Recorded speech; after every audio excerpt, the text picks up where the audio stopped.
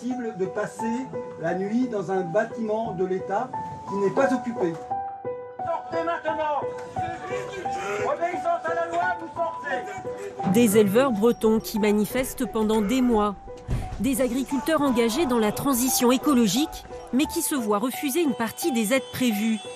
La bataille fait rage en Bretagne, portée par le syndicat minoritaire Confédération Paysanne. Alors, à quoi servent ces aides réclamées, appelées mesures agro-environnementales et climatiques? Ludovic élève 50 vaches laitières en bio. Les aides agro-environnementales, appelées aussi MAEC, il en bénéficie depuis son installation il y a 20 ans. Car il s'est engagé à nourrir ses vaches avec quasiment que de l'herbe. C'est un argent qui rétribue des efforts qu'on fait dans un choix de système qui n'est pas anodin en Bretagne. Un système vraiment herbagé comme le nôtre et comme celui de mes collègues, c'est des choix assez difficiles parfois, mais en tout cas pour nous, ils sont satisfaisants et motivants. Mais je trouve qu'ils rendent service pas qu'à nous, ils rendent service à toute la société. En mai dernier, il a renouvelé son engagement à conserver pour 5 ans l'essentiel de ses 62 hectares en herbage. Un technicien mandaté par l'État est venu valider avec lui sa demande d'aide sur la plateforme de la PAC, la politique agricole commune. Ce qui est le plus parlant peut-être, c'est la surface qu'on doit avoir en herbe sur notre ferme. La valeur à atteindre minimum, c'est 75% de la surface de la ferme doit être en herbe. Et puis c'est 10% maximum de maïs dans la surface foragère. On peut être en dessous, bien sûr. Ouais, mais le seuil est quand même très bas. Le seuil est très bas par rapport à l'agriculture bretonne actuelle. Plus d'herbe pour préserver l'eau potable en Bretagne. Moins de maïs parce que trop gourmand en pesticides. Un engagement contre lequel l'éleveur devrait percevoir 14 250 € par an. Une compensation légitime à ses yeux. C'est clair que ce type de cahier des charges, ça induit forcément sur nos fermes des systèmes qui sont un peu moins productifs en termes de quantité. On n'utilise vraiment que ce qu'on a sur notre ferme, donc la productivité est moins forte. Donc on a sans doute moins de volume vendu dans nos fermes. Donc il faut le compenser quelque part, donc par les prix quand on peut, mais aussi par des soutiens comme ça publics.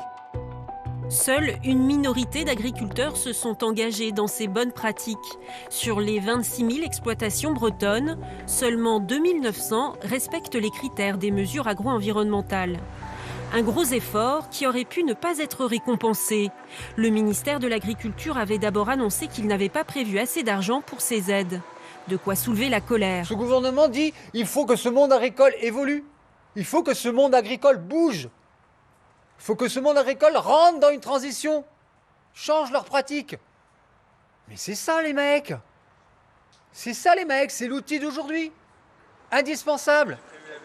Finalement, une rallonge budgétaire du gouvernement est venue apaiser cette exaspération.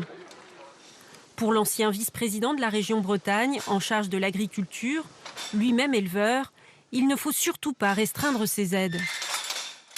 Ce genre d'exploitation fait avec de l'herbe, c'est du stockage de carbone, c'est sans pesticides, puisque les prairies ne bénéficient pas n'ont pas de pesticides. Donc, quelque part, on cumule toutes les vertus par ce genre de dispositif qui encourage cette agriculture qui s'inscrit dans l'avenir. L'avenir, pas si sûr.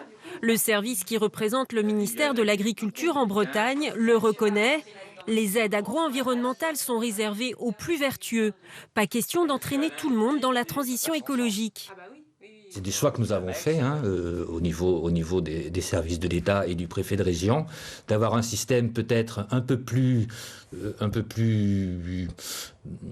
ambitieux ou un peu plus avec des critères d'accès un peu plus élevés, d'une barre un peu plus haute, mais avec une rémunération plus élevée, mais pas forcément ouverte sur tout le territoire. D'ici quelques jours, les mesures agro-environnementales et climatiques seront réparties dans les fermes bretonnes, avec un budget revu à la hausse pour rétribuer l'ensemble des éleveurs qui travaillent à préserver leurs prairies et leurs bocages.